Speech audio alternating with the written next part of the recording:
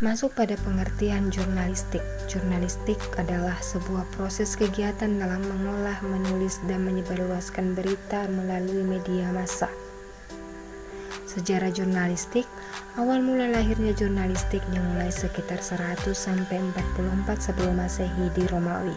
Saat itu, pada masa pemerintahan Julius Caesar, terdapat forum Romanum atau papan tulis untuk menyampaikan aspirasi rakyat dan kabar atau informasi yang beredar saat itu di pusat kota. Saat itulah muncul para diurnari, yakni orang-orang yang bekerja membuat catatan tentang hasil rapat senat dari papan akta diurna itu setiap hari untuk para tuan tanah dan para hartawan. Dari kata akta diurna, secara harfiah kata jurnalistik berasal dari kata diurnal.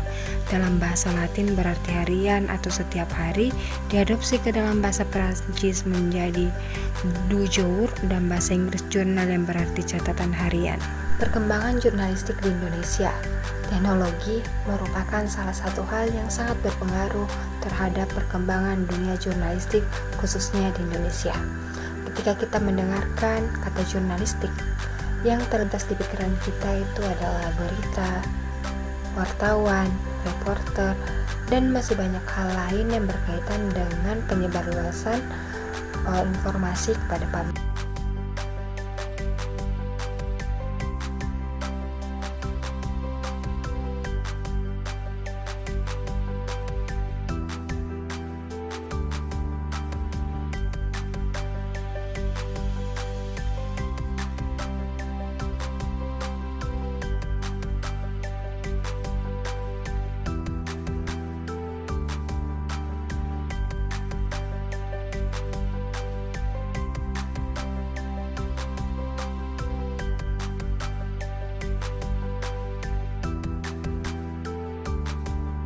Kita mencari lebih jauh sejarah perkembangan jurnalistik di Indonesia.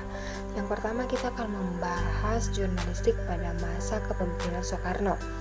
Pada masa ini, surat kabar digunakan sebagai alat untuk memompa semangat para pejuang kemerdekaan untuk melawan penjajah. Tapi di sini posisinya jurnalistik Indonesia itu masih sangat rapuh. Namun Indonesia tidak patah semangat, sehingga dijadikanlah surat kabar ini sebagai alat untuk menyebarkan informasi yang sesuai dengan realita agar tidak terkena hasutan oleh berita-berita yang tersebar di surat kabar cetakan Belanda. Pada masa itu jurnalistik di Indonesia bisa dikatakan lebih kuat daripada sebelumnya, tetapi pada saat yang bersamaan RIS atau Republik Indonesia Serikat dibubarkan, yang membuat jurnalistik Indonesia kembali melemah karena pada saat itu surat kabar digunakan sebagai alat manuver politik demi mendapatkan kekuasaan. Saat itu banyak sekali wartawan yang ditangkap karena dianggap melawan pemerintah. Saking memburuknya jurnalistik di Indonesia, tepat pada tanggal 1 Oktober 1958, hari itu adalah hari matinya pers di Indonesia. Bersamaan dengan Presiden Soekarno mengeluarkan dekret pada tanggal 5 Juli 1958 yang mempersempit gerak pers di negara kita. Selanjutnya masuk pada masa kepemimpinan Soeharto. Pada masa ini disebut masa demokrasi liberal. Pada masa ini, setiap orang yang memiliki modal berhak untuk menerbitkan suatu berita di surat kabar, sehingga itu akan berpengaruh terhadap kebebasan pers.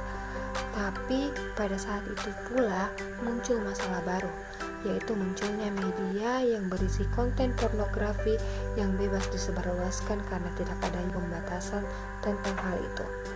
Keadaan semakin memburuk, terjadinya perang pena dan fitnah di mana-mana. Akhirnya pemerintah membuat peraturan berkaitan dengan dunia jurnalistik agar dapat disesuaikan dengan Pancasila dan Undang-Undang Dasar 1945. Selanjutnya masuk pada masa reformasi. Ditandai dengan adanya kebebasan pers yang memperbolehkan semua surat kabar tetap berjalan tanpa melakukan pembaruan izin. Perkembangan jurnalis di Indonesia berkembang pesat, baik itu media cetak, elektronik, ataupun digital. Teknologi sangat berpengaruh terhadap perkembangan jurnalistik, khususnya bagian media atau wadahnya. Media yang paling dasar adalah mading. Seiring perkembangan zaman, muncullah media cetak seperti koran, majalah, dan tabloid. Penemu pertama media cetak adalah Johannes Gebur pada tahun 1455 di Eropa. Selanjutnya ada radio, teknologi yang digunakan untuk pengiriman sinyal dengan cara modulasi dan radiasi elektromagnetik gelombang. Ini melintas lewat udara atau ruang angkasa yang hampa udara. Media yang terakhir adalah media online. Media online itu pertama kali muncul pada tahun 1990. Media online sekarang sudah sangat berkembang yang dapat kita akses pada smartphone kita. Sekian penjelasan dari saya. Untuk kita semua generasi penerus bangsa, sejarah merupakan suatu hal yang sangat penting untuk kita pelajari sebagai acuan lebih baik ke depannya. Saya Nur Farah Riba mengucapkan banyak terima kasih. Wassalamualaikum warahmatullahi wabarakatuh.